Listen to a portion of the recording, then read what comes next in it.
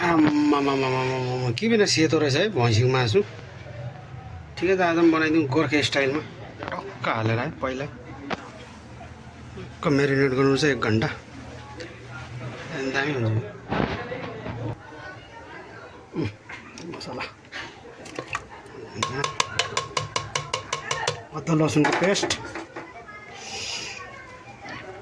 4टा प्याज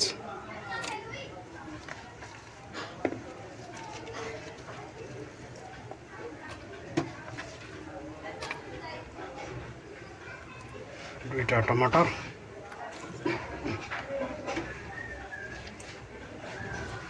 गाउँमा यसरी बनाउँछ है गोर्खे भन्छ नि यो 2टा लसुन 1 प्याकेट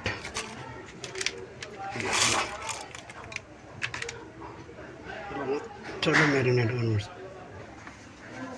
हाल्नु पऱ्यो अलिअलि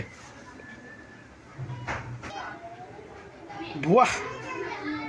यसलाई चाहिँ पास राख्नुपर्छ 1 घन्टा 1.5 घन्टा त्यहाँ पछि चाहिँ हुन्छ सिटी दिएको दिएकै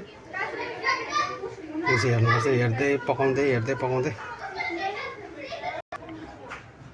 म्यारिनेट पनि भयो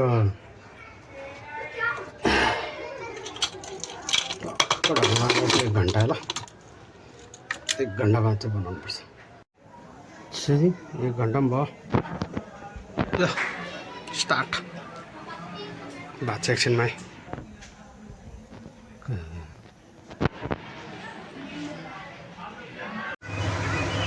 वाह होता है परन्तु यस्तै होता है दिल्लीमा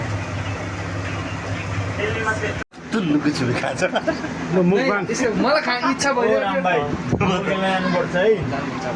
अब भ्याङ करके दुगुडेर भ्याङ करके मिट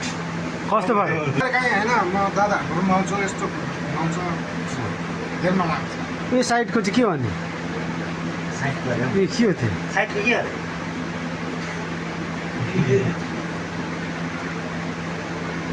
जापरा के जापरा दिल में लग गया जाफरान मैंने ये सा खाना को त तारिफ गरौँ न भनेको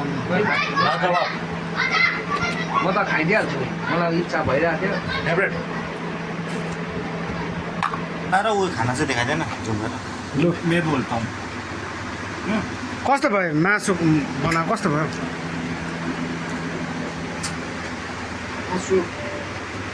इसमें ना इंट्रोडक्शन दो ना भाई हटाओ ना सबसे मजे इसमें प्लीज टपरा खा क्या कोई कुछ भी बोले मजे इसमें है हम नॉन वेज है हम खा भाई साहब आप मैं भाई साहब के घर पे आता यानी कि मैं आते तर यस्तो मैले खसीको मासु खाने पाएको थिइनँ के मासु भैँसी बनाएको रहेछ मैले त इच्छा थिएँ सुँगुर मासु खानु पिस फेरि हाम्रो नेपाली पिस क्या तर आज दादाहरूले चाहिँ ल्याउनु भएको रहेछ भैँसी